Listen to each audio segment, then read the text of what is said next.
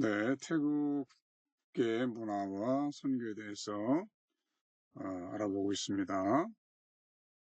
태국 음식, 네, 태국 음식은 가장 평균적이다.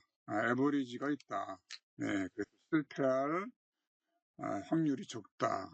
이렇게 호주의 선교사들이 얘기를 하더라고요. 네, 그래서 외부 사람이 오셨을 때에 접대하기에 용이하다.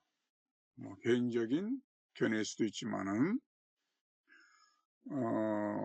태국의 국기라고도 할 수 있는 무에타이에 대해서 알아봤고요. 그 다음에 민간에서 숭배되고 있는 흰 코끼리. 흰 코끼리, 태국 여행을 한 사람들은 이제 돌아올 때 흰 코끼리를 사서 실제 흰 코끼리가 아니라 뭐랄까요? 인형 같은 거, 그렇죠? 네, 이런 것을 사서 오는 경우가 많이 있습니다. 그래서 이 흰코끼리 숭배에는 불교에서 석가모니, 이 모친 마야 부인이 태몽으로 6개의 상아가 달린 흰코끼리가 옆구리에 들어오는 꿈을 꾸고 그 다음에 샤카모니를 해산했다. 그래서 신령한 동물이다. 이렇게 숭배되는 그런 문화가 있다고 말씀을 드렸습니다. 태국에는 복음이 전해진 지 거의 이제 200년이 됐습니다만은 기독교 신자는 1%대에 머물고 있다. 이것도 카톨릭 포함해서 개신교는 한 0.6% 정도. 그래서 이제 선교사의 무덤이다라고 하는 말까지 있을 정도로 쉽지가 않은 그런 선교 지역입니다. 살기에는 좋지만은 실제 선교 열매를 맺기는 만만치 않은 곳이다. 그 저변에는 중대한 문제들이 있습니다. 먼저 태국에 만연하고 있는 뗄래야 뗄 수 없는 태국인들에게 있어서는 불교가 곧 삶이고 종교고 문화고 풍습이고 이만큼 밀접한 관계를 가지고 있는 거예요. 그래서 태국 사람들이 자기 정체성 형성에 있어서 불교는 거의 뗄래야 뗄 수 없는 바로 그런 관계다. 불가불리의 관계다 하는 거죠. 일생생활의 거의 모든 일들이 불교라든지 혹은 승려와의 관계에 얽혀 있습니다. 출생, 성장, 그 다음에 입학, 그리고 질병, 복을 비는 일, 일시적으로 승려가 되는 문화, 그 다음에 결혼식, 이런 일들에 다 승려가 개입하니까요. 그걸 떠난다라고 하는 것은 이제 고립이죠. 고립. 사회에서 온 가정에서 고립되는 것이다.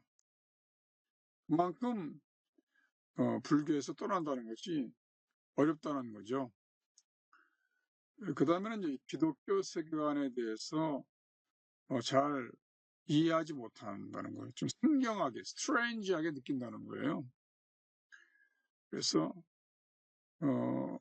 태국에는 이제 불교가 이제 가장 주된 종교고 그 불교에서 해소되지 않는 것은 민간 신앙이 그 틈을 메우고 있거든요. 그 불교와 일반 신앙, 샤머니즘이 또 아주 긴밀하게 연관이 돼 있어요. 기독교의 중요한 교리, 창조, 또 오직 한 분뿐인 하나님, 그리고 죄와 타락, 이에 따른 심판, 구원 하나님의 나라. 이런 기독교 교리, 세계관에 대해서 이해하고 받아들이기가 태국인들에게는 쉽지 않다는 것입니다. 그런 문제가 있고요. 그다음에는 이제 태국 기독교와 교회의 활력이 상당히 떨어져 있다는 거죠.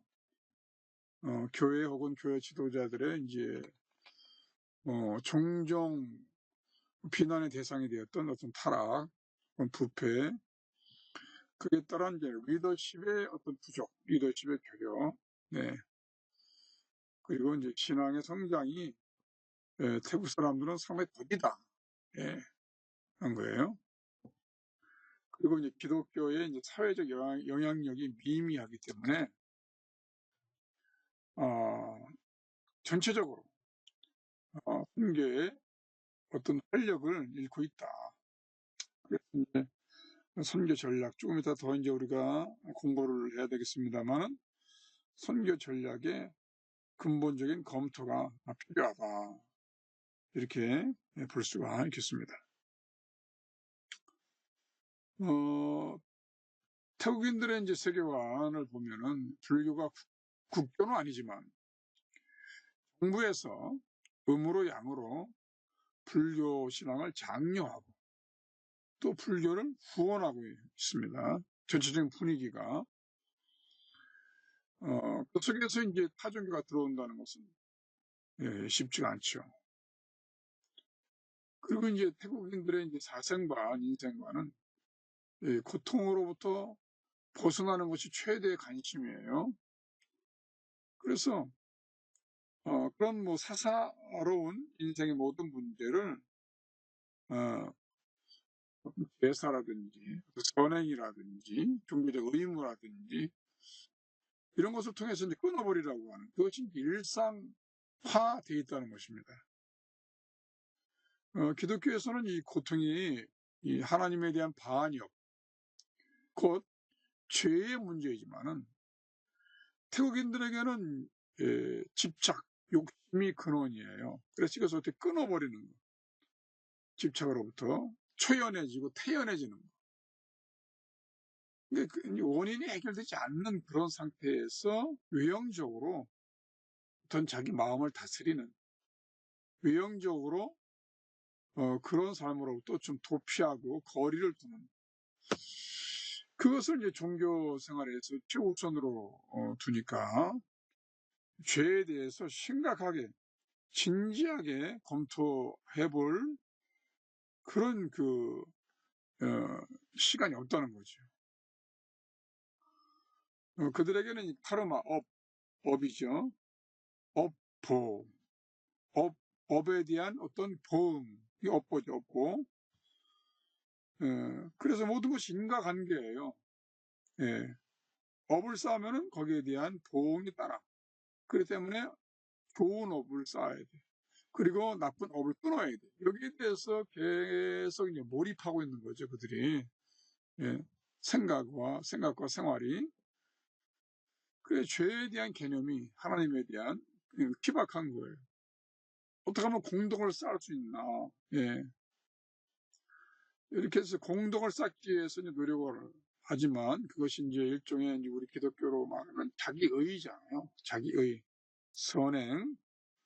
이것을 통해서 문제를 해결하려고 하는 거예요. 기독교에서는 자기의가 없잖아요. 구원받을 만한 의가 없어. 아무리 선행을 해도 그것으로 구원이 되는 게 아니에요. 인간은 그런 자기의 약함, 한계, 죄성을 스스로의 힘으로 벗어날 수가 없고 절대적으로 하나님의 은혜와 도움이 필요한 존재인데 태국인들은 그냥 공덕을 조금이라도 하나 더 쌓기 위해서 예? 선행을 하고서 그것으로 이제 하나의 희망을 삼는 거예요. 그래서 이제 일정 기간 동안 일례를 튼다면은 승려가 돼가지고요. 절에 가서 승려 생활을 함으로써 그것이 이제 부모의 공덕이 되나요? 부모를 위한 공덕. 그러니까 그거를 떠날 수가 없는 거예요. 아무리 기독교인이 된다 하더라도 내가 부모를 위해서 공덕을 쌓아야 되는데 이런 어떤 강박관념 그것에서 떠날 수가 없는 거예요. 그래서 일정 기간 승려가 되거나 승려 절에서 하는 일들을 사찰에서 하는 일을 돕는 일들 이런 것들이 공덕이 된다. 이렇게 딱 그들의 고정관념에 박혀 있는 겁니다.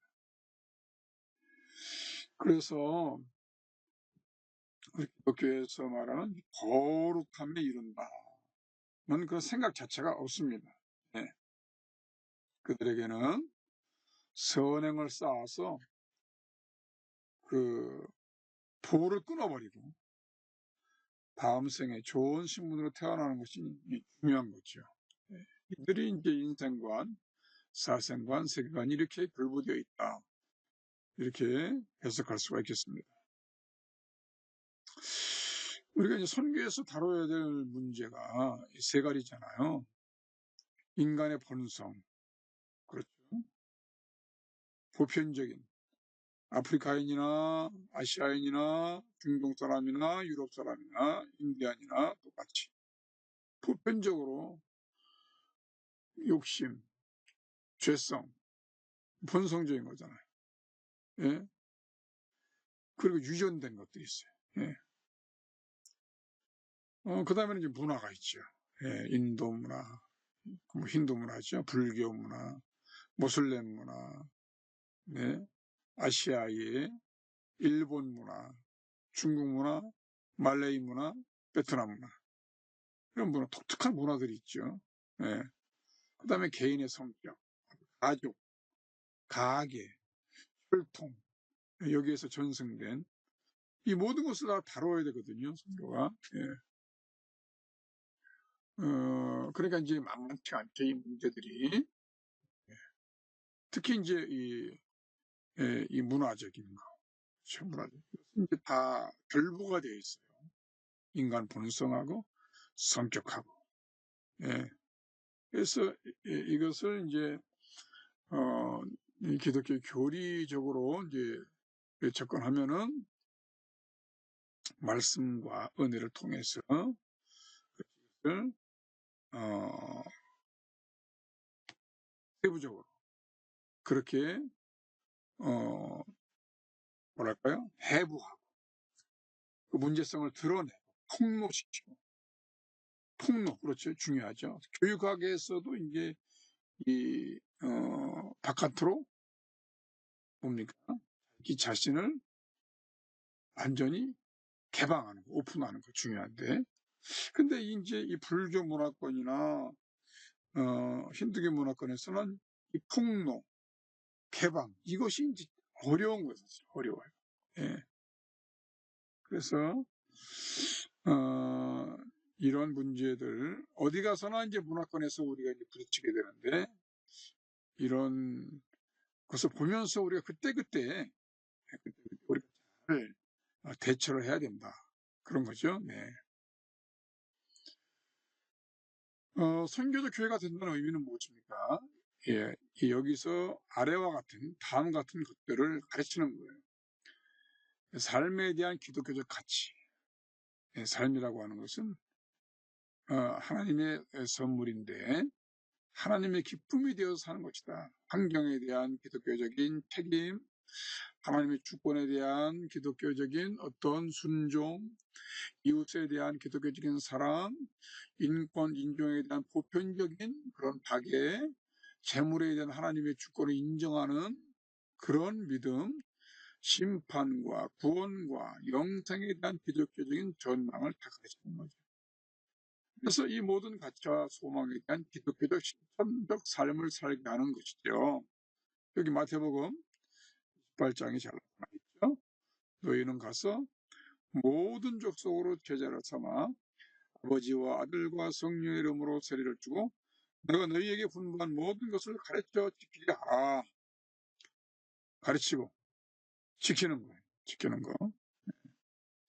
그래서 이제 이걸 세부적으로 보면은 이제 뭐 태국이라든지 뭐 인도라든지 예, 이게 정말 그 접점에서 우리가 해야 할 일들이 참으로 많다.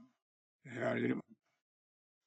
그렇죠. 우리는 분명한 우리의 진리를 가지고 있기 때문에 우리 잘 준비가 되면은 어떤 문화권에서도 우리가 능히 그 문화를 변혁시킬 수 있는 선교적 사역을 감당할 수 있다고 생각합니다. 태국인들의 심리와 민간신앙의 관계를 한번 보겠습니다. 정령신앙이 깊이 자리 잡고 있죠. 모든 것 속에 어떤 그러니까 이제 일종의 뭐 우리가 말하면 귀신이고요. 어떤 요정이고 그런 것들이죠. 그런 존재들. 그래서 그런 모든 그 존재들의 힘으로 만물이 유지되고 있다고 하는 어떤 면에서 범신론이죠. 얘는 강해. 여기서 피는 뭡니까? 피는 우리가 말하는 블러드가 아니에요. 예. 일종의 그런 정령들. 정, 예. 그러니까 뭐 물의 정령이 있고, 산의 정령이 있고, 들의 정령이 있고, 그렇죠? 예. 다 그 정령들이네, 정령들. 관은 어떤 특정 부위에 존재하는 어떤 생명, 생기, 뭐 기라고 할 수 있을까요? 네. 예, 그런 것들. 예, 그래서 시와 관의 신앙이 이제 아주 굳게 자리 잡고 있는 것이 태국인들의 시입니다. 그래서 제사와 주술에 의지하는 거죠. 목걸이, 꽃무늬, 무슨 문신 이런 거죠. 문신, 예? 이런. 그리고 그들은 이제 체면 중심의 문화예요. 체면을 잘 차리고, 그렇죠. 수출을 당하지 않으려고 노력하는 거죠. 예. 그리고 인간관계 중심적인 문화예요. 그래서 어떤 결속, 그들의 결속, 그 다음에 이제 이탈을 방지하는 것이죠.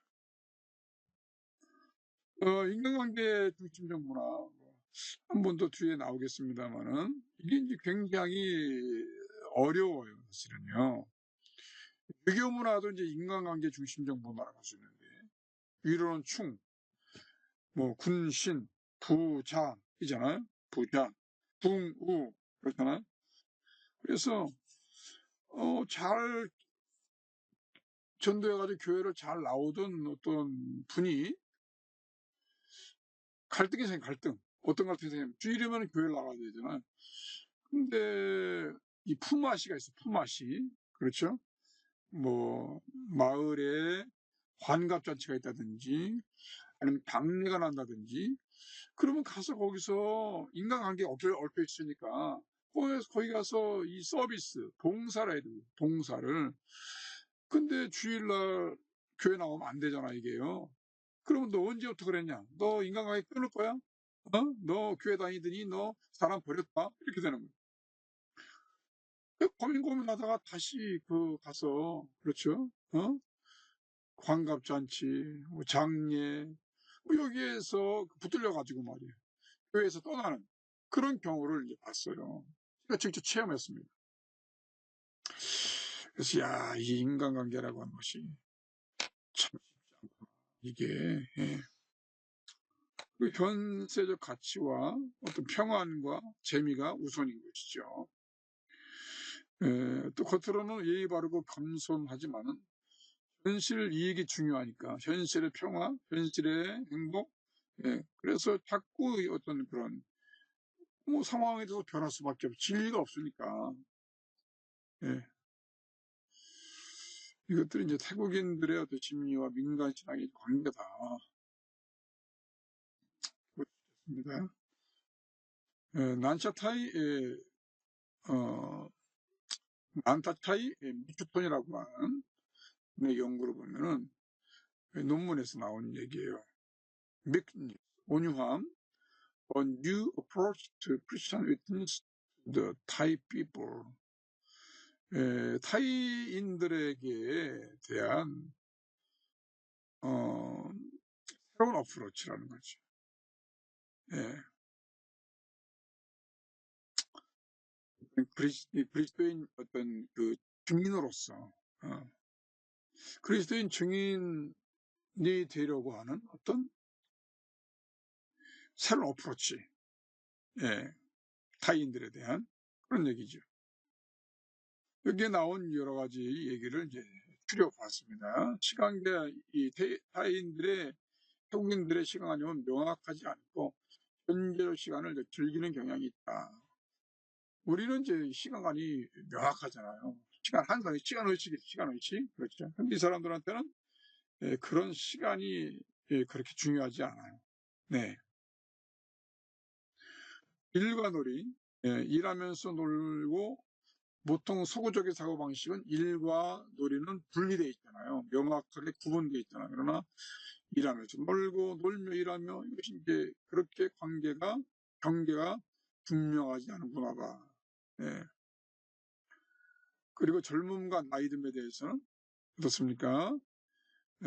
어른을 존경하고 또 부모와 같은 존재로서 권위를 인정하는 상당히 좀 유교적이죠. 유교적이고 뭐 이걸 나쁘다고 할 수는 없어요. 네. 오히려 너무 어른을 경시하고 요즘에 그렇게 하는 이제 서구적 문화라고는 뭐 다 말할 수 없습니다만은 그런 것들이 문제가 되고 있죠.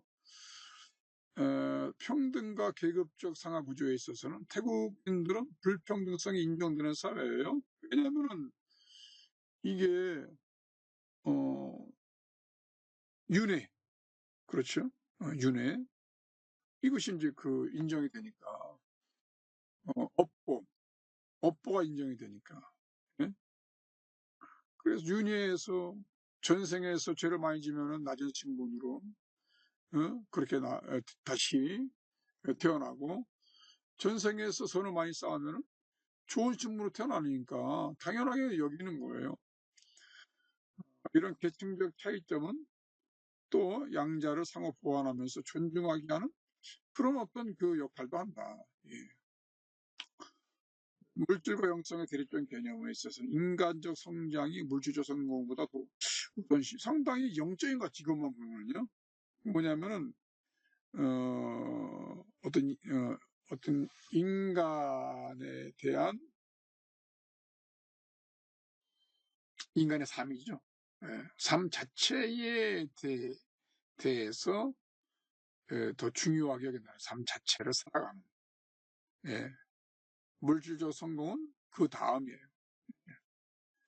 그리고 변화와 전통에 대해서는, 급격한 변화에 대해서는 이 사람들 부정적으로 생각합니다. 왜냐하면 급격한 변화는 고통과 갈등을 야기한다, 이렇게 생각합니다. 그리고 상호 의존적 관계를 지향하고, 또 측면과 회피의 어떤 대리적 개념에 있어서는 측면보다는 어떤 회피의 경향성이 나온다. 문제가 생길 때는 당사자들보다는 제3자인 중재자가 나서서 문제를 해결하는 그런 경우가 많다. 예, 좀 특이하죠. 예. 상호 의존의 관계를 지향한다. 아까도 제가 잠깐 말씀드렸습니다만 어떤 인간관계, 풍속, 그렇죠? 거기서의 의무, 공동체에서의, 그것을 중요시 여긴다는 거죠. 독립성이 없어요. 예, 보다 의존적이죠. 네. 좋은 면도 있지만 한편으로는 어떤 과거 전통에서 벗어나지 못하게 하는 거예요. 새로운 어떤 진리에 대해서, 그렇죠, 받아들이지 못하게 하고, 그것이 이제 일종의 사회적 억압 형태로 나타날 수 있다. 자, 이 태국인들에게 이제 복음을 그렇게 제시하기에 있어서 어떤 방법이 중요하냐? 뭐 모든 문화권이 다 마찬가지입니다만 관계 맺기가 상당히 중요하다. 다 이해는 가지 않을지라도 기본적으로 존중과 예의의 정신을 갖춰야 된다. 그 이 사람들은 복음을 제시하지 어떤 딱딱한 교리, 그렇죠, 이 교리적으로 접근하는 것보다는 이야기를 좀 잘 듣고 이야기를 중요시 여겨요. 그래서 태국의 신화나 전승에서 유사한 점을 찾아 비교하고 설명하는 것이 상당히 유효하다. 그리고 수치와 체면 문화에 익숙한 이 태국인들에게 죄의 실체와 파괴적 영향을 잘 설명할 때 효과가 나타난다. 하나님의 심판으로 지옥에 가는 것이 두려워서 예수를 믿었다는 통계가 22.6%나 되고 있습니다. 아까 말씀드린 바와 같이 예수님의 비유라든지 구약의 이야기를 더 좋아하는 특징이 있다. 그리고 예수를 믿음으로 인해서 고립을 두려워하는 교인들을 적극적으로 도와야 된다. 그렇죠? 예. 그리고 가족주의 사회이기 때문에 어린이 정도 못지않게, 어린이 정도 중요하죠. 어른 정도도 중요하다. 왜냐면은 위에 제일 높으신 어른이 믿으면은 밑에 사람도 굉장히 진지하게 받아들이니까. 그래서 상주충이나 어른 정도가 이 태국인 설교에서는 상당히 중요하다. 이렇게 말씀드릴 수가 있습니다. 오늘 여기까지 하겠습니다. 여러분 수고 많았습니다.